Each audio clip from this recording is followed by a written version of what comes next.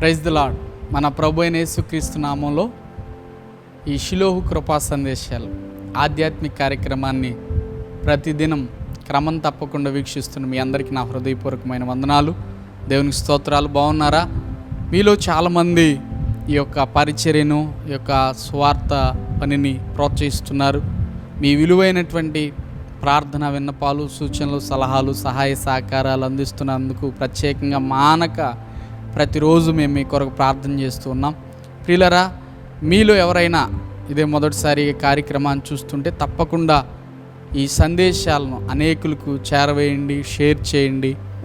అనేక మంది ఆధ్యాత్మిక జీవితాన్ని బలపరచబడటానికి మీరు కూడా ప్రత్యేకమైన సహకారులుగా ఉండాలని ప్రేమతో మనవి చేస్తున్నా.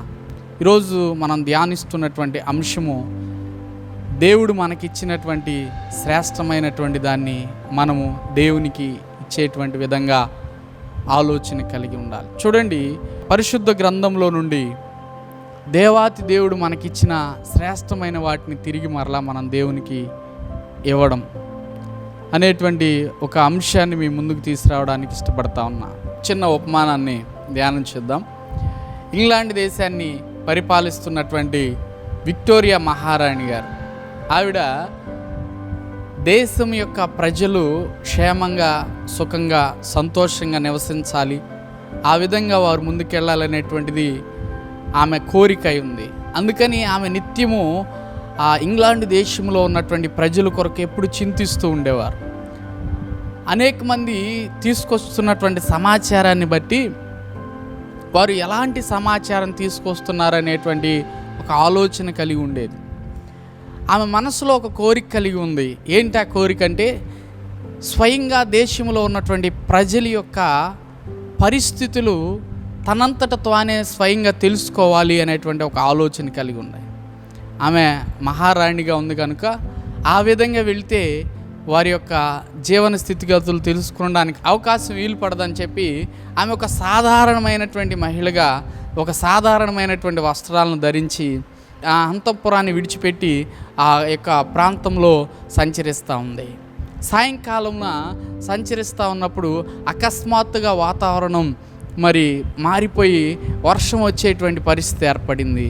వెంటనే వారు తిరిగి అంతఃపురానికి వెళ్ళడానికి సిద్ధపడుతూ ఉండగా తన చెలికత్తెలు అంటూ ఉన్నారు, ఇక వర్షం పడిపోతుంది, మనం వర్షంలో చిక్కుపడిపోతాం ఎలాగా అని నేను చెప్పి అంటున్నప్పుడు ఆ చెలికత్తెలు చెప్తున్నారు, ఈ పక్కనే కనపడుతున్నటువంటి గృహానికి వెళ్ళి వారి దగ్గర ఒక గొడుగు అడిగి తీసుకొని వెళ్ళి మనం అంతఃపురానికి చేరిన తర్వాత తిరిగి మరలా వారికి ఇద్దామని చెప్పినప్పుడు ఆమె అంగీకరించి ఆ యొక్క ఒక ధనవంతురాలుగా కనపడుతున్నటువంటి ఒక ఇంటికి వెళ్ళి ఆ ధనవంతుని యొక్క ఇంటి తలుపును తడుతూ ఉన్నారు.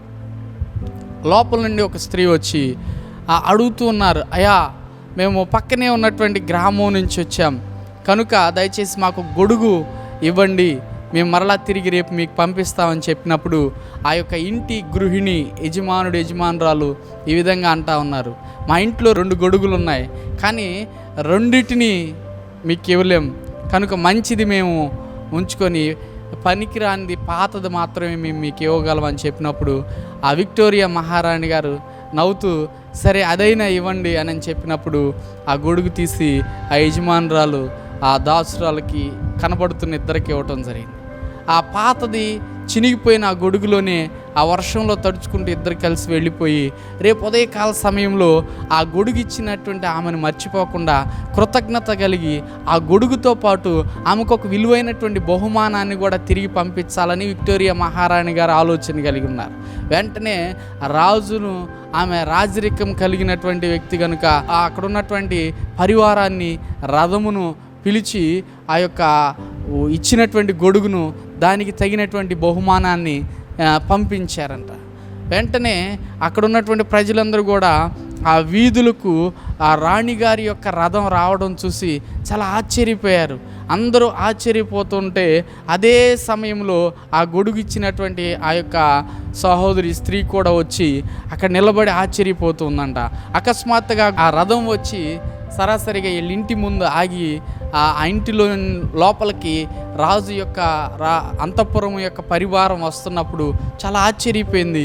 అమ్మా, గత రాత్రి సాయంత్రం వేళ విక్టోరియా మహారాణి గారు దేశంలో ఉన్న యొక్క ప్రజల స్థితిగతులు తెలుసుకోవడానికని వచ్చారు. వచ్చినప్పుడు అకస్మాత్తుగా వర్షం పడుతున్నప్పుడు వారు మీ గృహానికి వచ్చి మీ గృహం దగ్గర ఉన్నటువంటి 2 గొడుగులు ఉన్నాయని చెప్పి అడిగినప్పుడు మీరు పనికిరానటువంటి ఒక గొడుగును ఆమెకి ఇచ్చారంట. ఆ గొడుగును మరలా తిరిగి మీకు పంపి దానికి తగినటువంటి ప్రతిఫలంగా మీకు బహుమానం ఇచ్చి పంపించారని చెప్పినప్పుడు వెంటనే ఆ స్త్రీ ఆ హృదయంలో చాలా అదిరిపడిందంట. ఎందుకంటే కలవరం చెందింది. అయ్యో, ఎవరికి రానటువంటి ఒక గొప్ప అవకాశం, ఒక గొప్ప భాగ్యం, ఒక గొప్ప ఉన్నతమైనటువంటి అవకాశం నాకు వచ్చింది. అయితే నేను ఆ విక్టోరియా మహారాణి గారి మారు వేషంలో వచ్చి నన్ను గొడుగు అడిగినప్పుడు నేను నా దగ్గర ఉన్న మంచి విలువైనటువంటి ఆ కొత్త గొడుగును ఆమెకి ఇచ్చినట్లయితే ఈ బహుమానం కంటే 2 రెట్లుగా నేను మంచి దాన్ని పొందుకునేదాన్ని.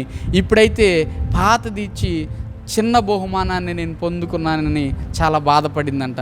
నిజంగా ప్రియులారా, మన జీవితంలో కూడా విలువైనటువంటిది, శ్రేష్టమైనటువంటిది, అమూల్యమైనటువంటిది ప్రభువుకు మనం ఇస్తే ఖచ్చితంగా తిరిగి 2 రెట్లు దానికి తగినటువంటి ప్రతిఫలాన్ని మనం పొందుకుంటాం. అందుకనే బేతనియా గ్రామానికి చెందినటువంటి ఆ మరియా ఆమె దగ్గర ఉన్నటువంటి విలువైనటువంటి అత్తరు బుడ్డిని పగలగొట్టి ఆయన యొక్క పాదములకు పూసి ఆమె పొడవైన జుట్టుతో ఆయన పాదములను తుడుస్తూ ఉన్నప్పుడు యేసుక్రీస్తు శిష్యునిగా పిలువబడుతున్నటువంటి ఇస్కరియోతు యోధ ఆమె మీద కోప్పడ్డాడంట.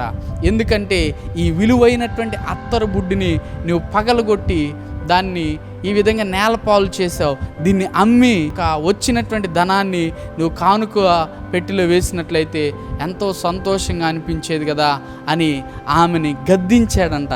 అయ్యున్నప్పటికీ కూడా ఆ మరియా ఉత్తమమైనటువంటిది, శ్రేష్టమైనది ఏంటంటే నా ప్రభు యొక్క పాదములు కడగాలనేటువంటి ఉద్దేశంతో ఆ పని ఆమె జరిగించింది. నీవు నేను కూడా యేసుక్రీస్తు ప్రభు కొరకు ఏదైనా శ్రేష్టమైనటువంటి కార్యమును ప్రేమపూర్వకంగా చేసినప్పుడు అది ఎప్పుడు కూడా దేవుని యొద్ద నుంచి మరుగు చేయబడదు.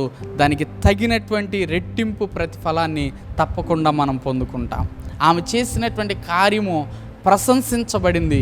అనేక మంది ఆమె యొక్క కార్యమును చూసి ఆశ్చర్యపోయారు. అనేక మందికి మాదిరిగా ఉండేటట్లు ప్రభు ఆమె పట్ల గొప్ప సాక్ష్యాన్ని పలికాడు. నిజంగా నీకు నాకు వచ్చిన ఒకే ఒక అవకాశం దేవుని కొరకు ఏదైనా ఒక శ్రేష్టమైనటువంటి పని చేయడం. కనుక దేవుడిచ్చినటువంటి ఒక మంచి అవకాశము దేవుని యొక్క పని చేయటం. మరి దేవుని పని చేసే విషయంలో నీవు నేను ఎలా ఉంటున్నామో మనల్ని మనం పరిశీలన చేసుకుందామా? అట్టి కృప పరిశుద్ధాత్మ దేవుడు మీకు దయచేయను గాక. ప్రార్థన చేసుకుందాం. మహాపరిశుద్ధుడా, ప్రేమ నమ్మకం కలిగిన మా దైవానికి స్తోత్రం. ఇంగ్లాండ్ దేశాన్ని పరిపాలించే విక్టోరియా మహారాణి గారు ఆ దేశ ప్రజల యొక్క అవసరతలు ప్రత్యక్షంగా తెలుసుకోవాలని ఆ వీధుల్లో సాధారణమైన మహిళగా వచ్చి ఒక గృహిణిని గొడుగు అడిగినప్పుడు పాతది ఇచ్చి పంపించినప్పుడు ఆమె మరలా తిరిగి శ్రేష్టమైన బహుమానం పాత గొడుగుకి ఇచ్చినప్పుడు చాలా ఆశ్చర్యపోయి, అయ్యో నేను కొత్తది ఇచ్చినట్లయితే 2 దీవెని పొందేదాన్ని, పాతది ఇచ్చి కొంచెం మాత్రమే బహుమానం పొందుకున్నానని ఎంతో బాధపడింది. ప్రభువా, నిజంగా మేము కూడా మా జీవితంలో ప్రభువా నీ పని కొరకు చేసే గొప్ప కార్యములను బట్టి ఉన్నతమైన మంచి మనస్సు, విశాలమైన మనస్సు, విశాలమైనటువంటి హృదయం కలిగి నీ కొరకు చేస్తే 2 పొందుకుంటాం, దీవించబడతాం, ఆశీర్వదించబడతాం. నీ పని కొరకు ప్రయాసపడినప్పుడు ప్రశంసించబడతాం, ప్రయోజనకరమైన పాత్రలుగా నీ చేత సాక్ష్యం పొందుతాం. కనుక అటువంటి కృపా భాగ్యం బిడ్డలకు మీరు దయచేసి నీ నామానికి మహిమ తెచ్చుకోమని యేసు పరిశుద్ధ నామం పేరిట వేడుకొని ప్రార్థిస్తున్నాం తండ్రి. ఆమేన్.